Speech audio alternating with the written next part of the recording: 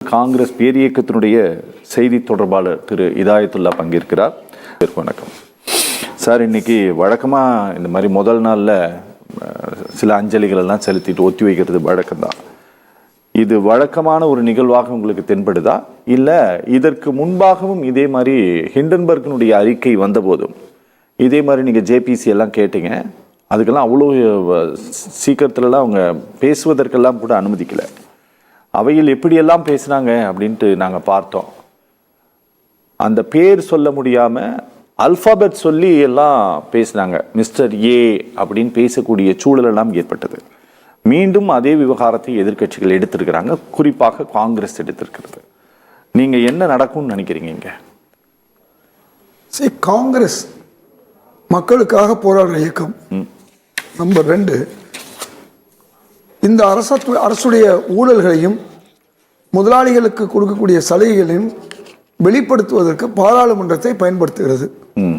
ஏனால் மக்களுக்கு எதிரான ஒரு சூழலில் தான் சில தொழிலதிபர்கள், ஏன்னா நாட்டில் எவ்வளவோ தொழிலதிபர்கள் நீண்ட காலமாக இருக்காங்க. இதே அதானியும் காங்கிரஸ் காலத்தில் ஏதோ தொழில் செஞ்சுக்கிட்டு இருந்தார், நான் இல்லைன்னு சொல்ல மாட்டேன். அன்றைக்கு இருந்த அதானி வேற, இன்றைக்கு இருக்கக்கூடிய அதானி வேற. என்ன வித்தியாசம்? இதை மோடி அவர்களுக்கு ஒரு பயம் என்ன சொன்னால், அதானிக்கு எது ஆனாலும் அது தனக்கு வந்த மாதிரி அவர் நினைக்கிறார். அதனால் இன்றைக்கி சாத்தான் வேதம் போதுங்கிற சொல்கிற மாதிரி என்ன செய்கிறாருன்னா, பாராளுமன்றத்தை எதிர்க்கட்சிகள் சரியாக நடத்தணும், அதே மாதிரி காங்கிரஸ் மக்களுக்கு ஆதரவாக இல்லை மக்களுக்கு எதிராக இருக்குன்னு சொல்வதெல்லாம் சாத்தான் வேதம் ஓதுவது. இப்போ மக்களுக்கு ஆதரவு. இன்றைக்கி இந்தியாவில் மின்சாரத்தை உபயோகிக்கக்கூடிய ஒவ்வொரு மனிதனும் 1/3 காசு அதானிக்கு கொடுக்கக்கூடிய ஒரு சூழல் இன்னைக்கு மோடி அவர்கள் உருவாக்கியிருக்கிறார்கள். எப்படி என்பது பார்க்கலாம். நிலக்கரி விலையை பல மடங்கு உயர்த்தியதன் மூலமாக அந்த நிலக்கரியை அந்தந்த அரசுகள் வாங்குவதற்கு ஒன்றிய அரசை பயன்படுத்தியதன் மூலமாக இன்றைக்கு நிலக்கரி விலை கூடி அது மின்சாரம் வருது. 2வது சோலார் பவர். சோலார் பவர் உங்களுக்கு நன்றாக தெரியும். இதே தமிழகத்தில் செல்வி ஜெயலலிதா அவர்கள் இருக்கும்போது அதற்கு பின்னரும் கூட கமுதியில் ஒரு இதை போட்டாங்க, சோலார் பவர் போட்டாங்க. அதிகமான விலைக்கு வாங்கினதன் விளைவாக அன்றே தமிழக மக்கள் பல மடங்கு மின்சார கட்டணம் செலுத்த வேண்டிய நிலையில் இருந்தாங்க. இது இந்தியா முழுக்க இப்போ பரவி இருக்கு. ஒரு விஷயம் நல்லா புரிந்து கொள்ளணும். ஒரு தொழில் என்பது டாட்டா இருக்குது, பிர்லா இருக்குது, அவங்கெல்லாம் ஒன்றை தயார் பண்ணுறாங்க, ஒரு சிமெண்ட்டை தயார் பண்ணுறாங்க, ஒரு இரும்பை தயார் பண்ணுறாங்க, விற்கிறாங்க.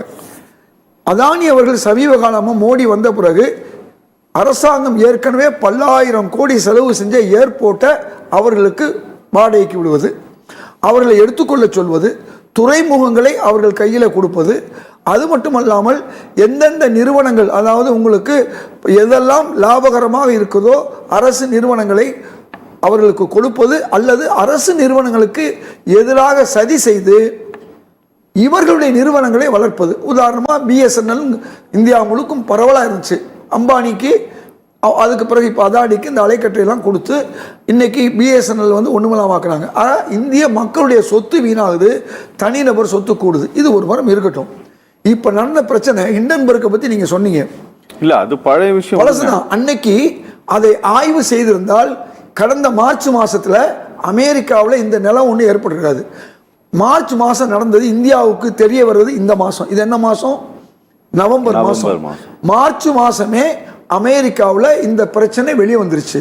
அதை மூடி மறைக்கிறதுக்கு ஒன்றிய அரசு தான் மட்டுமல்லாமல் ஊடகங்கள் மூலமாகவும் மூடி மறைத்தது ஒரு உண்மை.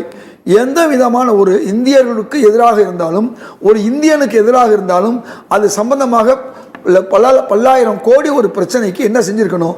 அங்கே ஏன் அமெரிக்கா இந்த அளவுக்கு, ரொம்ப பேர் கேட்குறாங்க, அமெரிக்கா இந்தியாவுக்கு எதிராக சதி செய்தான்னு கேட்குறாங்க. அங்கே 1/3 பணம் முதலீடு அமெரிக்க மக்களுடைய பணம். இதுதான் மிக முக்கியம்.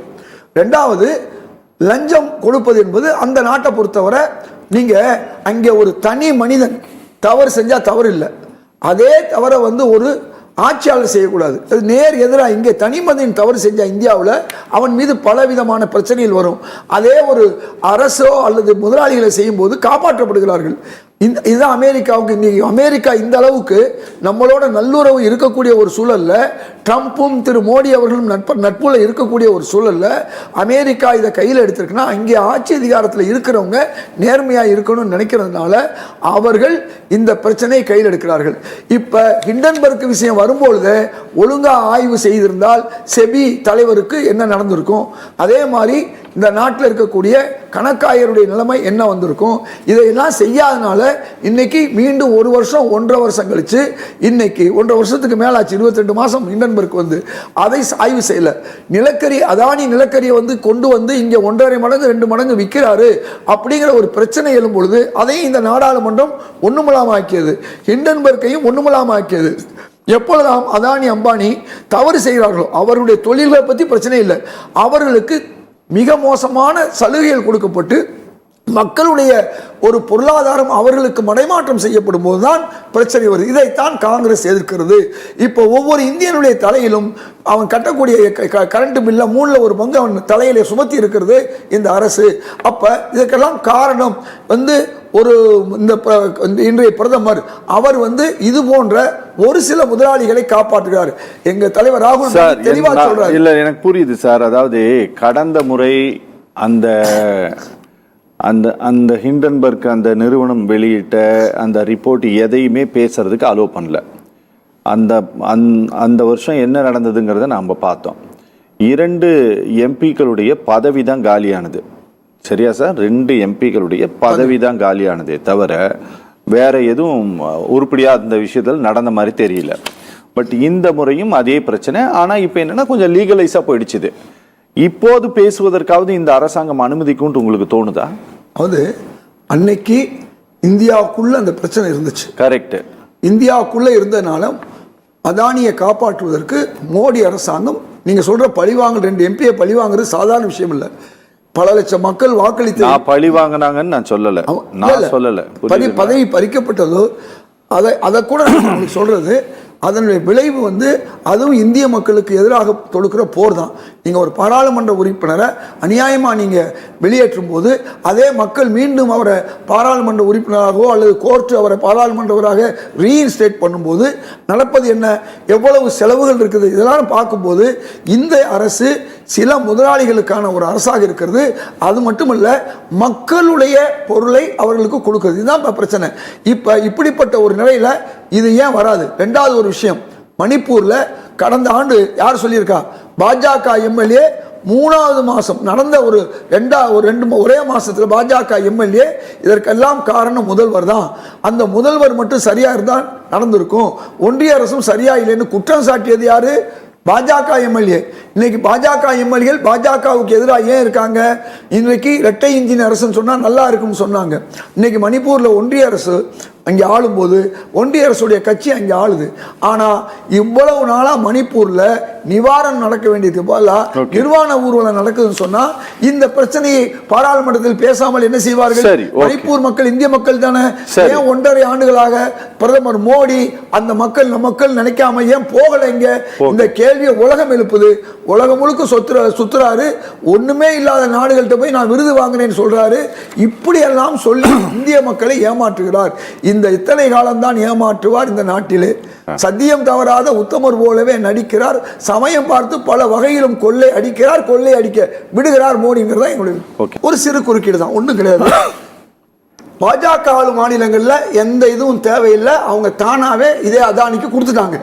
இந்த மாநிலங்கள் எதிர்கட்சி மாநிலங்கள்னால தான் லஞ்சம் கொடுக்க வேண்டிய நிலைமை. சார், நீங்க வந்து 2018ஆம் ஆண்டு ஜூலை மாசம் இது நடந்தது சார். மேலிருந்து ஜூன் ஜூலைக்குள்ளார அந்த சலசலப்புகள் எல்லாம் போய் நடந்தது. 2019 பிப்ரவரி மாதம் 14ஆம் தேதி புல்வாமா அட்டாக் நடந்த போது ஒட்டுமொத்தமாக கிட்டத்தட்ட ஒரு 10-11 மாத காலம் கவர்னர் ரூல் தான் அங்கே இருந்தது, பிரசிடென்ட் ரூல் தான் அங்கே இருந்தது. நீங்கள் அந்த 2018 மே மாசத்துல இருந்து இந்த எலெக்ஷன் தேர்தல் முடிவுகள் இப்போது வந்தது வர, சரிங்களா, மொத்தமாகவே வந்து சென்ட்ரல் கவர்மெண்டுடைய கண்ட்ரோல் தான். இதில் தான் வந்து இந்த கிராண்ட் ஜூரியினுடைய இந்த சார்ஜஸ் வந்து அதானி நிறுவனம் தொடர்பான இந்த சார்ஜஸில் ரொம்ப கவனிக்க வேண்டிய விஷயமே என்ன அப்படின்னா, நான் கருதுவது இதுதான். நீங்கள் வந்து ஜூலை 2021 அண்ட் February 2022 இந்த காலகட்டத்தில் தான் ஜம்மு காஷ்மீர்ல இந்த பிரைப்ஸ் வந்து கைமாறி இருக்கு இல்ல கொடுக்கறோம்னு சொல்லி இருக்கிறாங்க. இப்படிங்கறதெல்லாம் ஏனோ தானோன்ட்டு யாரோ ஒருத்தர் வந்து சொல்லல, ஒரு மாநில அரசாங்கம் சொல்கிறது. அதனுடைய சட்டப்படியான வழக்கை நடத்தக்கூடிய கீழமை நீதிமன்றத்துல இந்த சார்ஜஸ் ஃப்ரேம் ஆயிருக்கு. இது ஜம்மு காஷ்மீரும் பேர் வந்துருச்சு அப்படிங்கிறதுனால இந்த பிரச்சனை குறித்தே பேசாம இவர்கள் கடந்து போகிறார்களா, இல்ல இதுல என்னதான் இதுல நடந்திருக்குது? இல்ல, ரெண்டு விஷயம். நீங்க சொல்லக்கூடிய ஜம்மு காஷ்மீர் பாஜகவுடைய உள்துறை ஆட்சியில இருக்கும்போது நடந்திருந்தா பாஜக, அதை மட்டும் இப்ப நம்ம பார்க்க வேணாம். ஒரு விஷயம் புரிந்து கொள்ளணும். அதிகாரிகளுக்கு கொடுக்கப்பட்டதா சொல்லப்படுது 1750 கோடி ஆந்திராவில் ஜெயமோகன் ரெட்டி இருக்கிற காலத்தில், அதாவது பாஜகவுக்கு அவர் ஆதரவு கொடுத்த ஒரு காலம். மீதி சில 100 கோடிகள் தான் சில மாநிலங்களுக்கு அதிகாரிகளுக்கு கொடுத்ததா சொல்கிறாங்க. இப்போ நான் என்ன கேட்குறேன், ஏன் அது யாராக இருந்தாலும் எந்த அரசாங்கமாக இருந்தாலும் நாங்கள் என்ன கேட்குறோம், அது திமுக என்ன கேட்குது, காங்கிரஸ் என்ன கேட்குது, நீ விசாரணை வைன்னு தான் கேட்குது. என்ன காரணம், இதை வாங்க சொன்னது யாரு, ஒன்றிய அரசனுடைய சோலார் எலக்ட்ரிக்கல் கார்பரேஷன். அது அப்போ ரொம்ப தெளிவாக வச்சுங்க. அது ஏன் வற்புறுத்துது, அப்போ அதுலேயே முழுமையான 2000 கோடிக்கே வந்து பிஜேபி தான் காரணம் நம்ம குற்றம் சொல்கிறோம். வெறும் ஜம்மு காஷ்மீர் மட்டுமல்ல, நீங்கள் இப்படி எடுத்துக்கிறணும். இது ஒன்று ஏன் அதானிக்கு புரோக்கர் வேலையை ஒன்றிய அரசு பார்த்துருக்கு. நீ அதானிட்ட தான் நிலக்கரி வாங்கணும், நீ அதானிட்ட தான் சோலார் எலக்ட்ரிக் பவர் வாங்கணும், இவ்வளவு விலைக்கு வாங்கணும். அது மட்டுமல்ல, நீங்க பாஜக ஆளக்கூடிய மாநிலங்கள்ல இந்த பிரைப் கொடுக்கப்படாம நடந்திருக்கு. குஜராத்தில் கொடுக்கலையா அவரு, குஜராத்திலையும் கொடுத்திருக்காரு. அங்கே எல்லாம் பிரைப் இல்லாம நடந்திருக்கு அதிகாரிகளுக்கு, இங்க பிரைபோட நடந்திருக்கு. இந்த சிந்தனையும் இதுல வருது. வெறும் இந்த 5 மாநிலங்கள்ல வந்து பிரைப்னால தான் வெளியில வருது, அதாவது லஞ்சம்னால வெளியே வருது. லஞ்சம் இல்லாமல் பாஜக ஆளக்கூடிய மாநிலங்களிலும் அதானி எலக்ட்ரிசிட்டி வித்திருக்காரு. இதுதான் ஒரு பெரிய விஷயம். அங்கெல்லாம் உடனே முடிஞ்சிருது. இது ஒரு பக்கம் இருக்கட்டும். ரெண்டாவது ஒரு விஷயம், இந்த மகாராஷ்டிரா தேர்தலை சொன்னார். நாங்க மீண்டும் சொல்றோம், மகாராஷ்டிரா தேர்தலில் முன்னாள் தேர்தல் கமிஷனர் தெளிவா சொன்னாரு, குறைஷி சொன்னாரு, 6 விழுக்காடு ஓட்டு எப்படி ஓட்டு, அதாவது எண்ணிக்கை வாக்கு எண்ணிக்கை அன்னைக்கு வாக்கு பதிவு அன்னைக்கு உள்ளதுக்கும் 6 நாள் கழித்து ஏன் இந்த வித்தியாசம் வருதுன்னு கேட்கிறாரு. எதுக்கு சொல்ல, ஒரே ஒரு சின்ன மார்ச் மாதமே ஒன்றிய அரசுக்கு தாக்கீது வந்துருச்சு, தெரிஞ்சிருச்சு. அதனால அவங்க அமெரிக்கா சொல்லாம எல்லாம் கிடையாது. அமெரிக்காவுடைய அரசும் நீதிமன்றமும் எல்லாமே அது FBI அரசாங்கத்துக்கு கீழே தானே இருக்கு. அவங்க சொல்லிட்டாங்க, இவங்க அதை கிடப்புல போட்டாங்க. அதுதான் இப்ப பூதகரமா எந்த அளவுக்கு போயிருச்சு சொன்னா, அவர்களுக்கு நோட்டீஸ் எதுக்கு சம்மன் கொடுக்குற நிலைமைக்கு, அப்ப சம்மன் கிடையாது, இப்படி தவறு நடந்திருக்கு இதை பாருங்கன்னு சொல்லி இருக்கும்போது பார்த்திருந்தா இந்த அளவுக்கு அது மோசமா போயிருக்காது. மூணாவது, நம்ம பிஜேபி ஏன் குறை சொல்றோம், மோடி அவர்கள் ஏன் குறை சொல்றோம்னா, இதே அதானியை கூட்டிட்டு போய் வங்காளதேசத்துல மின்சாரம் வாங்க வச்சிருக்காரு. இலங்கை அரசே சொல்லுது, இலங்கை அரசு அதிகாரிகள் சொல்றாங்க, இந்த மாதிரி இந்திய அரசு அதானியிடம் எங்களிடம் இந்த ஒப்பந்தம் போட சொல்லி வற்புறுத்தியதுன்னு சொல்றாங்க. இன்னைக்கு ஆஸ்திரேலியாவில் நடந்தது என்னன்னு சொன்னா, பழங்குடியினர் மக்களுக்கு எதிராக இவர்கள் நடந்ததுனால அவர்கள் போராட்டம் நடத்திட்டு இருக்காங்க. இன்னைக்கு கென்யால வந்து பல்லாயிரம் கோடி கான்ட்ராக்டை இதே முறைகேடுனால கென்யா அரசாங்கம் வந்து நிறுத்தி இருக்கு. இப்ப ஒட்டுமொத்தமா இந்தியாவுக்கு எதிரான ஒரு அவமானகரமான ஒரு சூழலை தான் இது ஏற்படுத்தி இருக்கு. அப்ப நாம என்ன நினைக்கிறோம், நீங்க திசை திருப்புறதுக்கு நீங்க மகாராஷ்டிராவில் நம்ம தேர்தல் கமிஷன் சொன்ன மாதிரி நீங்க அங்கே முறைகேடு செய்திருக்கீங்க, தேர்தல் முறைகேடு செஞ்சிருக்கீங்க அப்படிங்கிறது மட்டுமல்ல, இன்னைக்கு நீங்க பார்த்தீங்கன்னா இந்த பிரச்சனையை திசை திருப்புறதுக்கு பார்லிமெண்ட்டுடைய அதானியை பத்தி பேசிடக்கூடாதுன்னு ஒரு மசூதிக்குள்ள பூந்து அங்கே ஒரு மிகப்பெரிய ஒரு, அதாவது 1991 வழிபாட்டு தலங்களுக்கான ஒரு சட்டம், அந்த சட்டத்தை விரோதமாக உத்தரப்பிரதேச இன்னைக்கு செஞ்சிருக்கு. இப்ப எதிர்கட்சிகள் பூரா எந்த பக்கம் உங்களுக்கு ஹிண்டன்பர்க்கையோ அல்லது அதானியுடைய இந்த ஊழலையோ பத்தி பேசாம எல்லாம் அதுக்கு போனா போயிட்டாங்கன்னா போகட்டும் சொல்லி இப்படி மடைமாற்றம் செய்வது, திசை திருப்புவது போன்ற வேலைகளை செய்து கொண்டிருக்கிறார்கள். நான் கேட்கறது, அதானி எந்த விதமான அனுபவமே இல்லாத இருக்கும்போது எப்படி நீங்க ஏர்போர்ட்டை கொடுத்தீங்க, இந்த கேள்விதான். அவருக்கு துறைமுகத்துல முதல்ல இருந்துச்சு, அதன் பிறகு ஒவ்வொரு இதையும் கொடுக்கும்போது எப்படி அலைக்கற்றையில எந்த விதமான அனுபவமே இல்லாம எப்படி நீங்க அவருக்கு அலைக்கற்றையை ஒதுக்குனீங்க? மூணாவது, அனில் அம்பானிக்கு 30,000 கோடி ரஃபேல்ல கொடுக்கும்போது எந்த விதமான ஒரு அலுவலகமோ ஒரு தொழிற்சாலையோ இல்லாத நிலையில 30,000 கோடி எப்படி வாரி கொடுத்தீங்க? இப்படி பல கேள்விகள்லாம் இருந்து அவற்றை எல்லாம் கிடப்புல போட்ட இந்த அரசாங்கத்துக்கு இப்ப இறுதியாக ஒன்று செய்யணும். தெய்வம் நின்று கேட்கும் சொல்லுவாங்க, அது மாதிரி நின்று கேட்பது. ஒன்னே ஒண்ணுதான் நான் சொல்ல போறேன். 850 மடங்கு அதானியுடைய செல்வம் 2014 இருந்து கூடி இருக்குன்னு சொன்னா, அப்ப 849 பங்கு இந்திய ஏழை மக்களுடைய பணத்தை பிரதமர் மோடி தாரை வார்த்து இருக்கிறார். இன்னைக்கு சகோதரர் ராஜபால் சொன்ன மாதிரி ராகுல் காந்தி அவர்கள் பேசினதே உங்களுக்கு வந்து வந்துச்சுன்னு சொன்னா, இன்னைக்கு உலகளாவிய அளவுல இந்த அதானியுடைய வழக்கு அமெரிக்காவில் வந்ததுக்கு பிறகு இந்தியாவுக்கு இன்னும் மோசமான ஒரு நிலை ஏற்பட்டிருக்கிறது. இந்த நேரத்தில் குறிப்பிட்டாலும் செபியுடைய அதிகாரி அந்த மாதவி பூச்சுக்கு அடைக்கலம் கொடுக்கறது, அவங்க மேல விசாரணை ஏன் வைக்கலன்னா, விசாரணை வச்சா அதானியுடைய தவறு வரும், அதன் மூலமா மோடியுடைய தவறு வெளிவரும். நேரம் ஒதுக்கி நிகழ்ச்சியில் பங்கேற்ற 3 பேருக்குமே நேயர்கள் மற்றும் நிர்வாகம் சார்பாக மனமார்ந்த நன்றி. நேரலை நிகழ்ச்சி நிறைவு பெறுகிறது. மீண்டும் மற்றொரு நிகழ்ச்சியில் சந்திக்கலாம். நன்றி, வணக்கம்.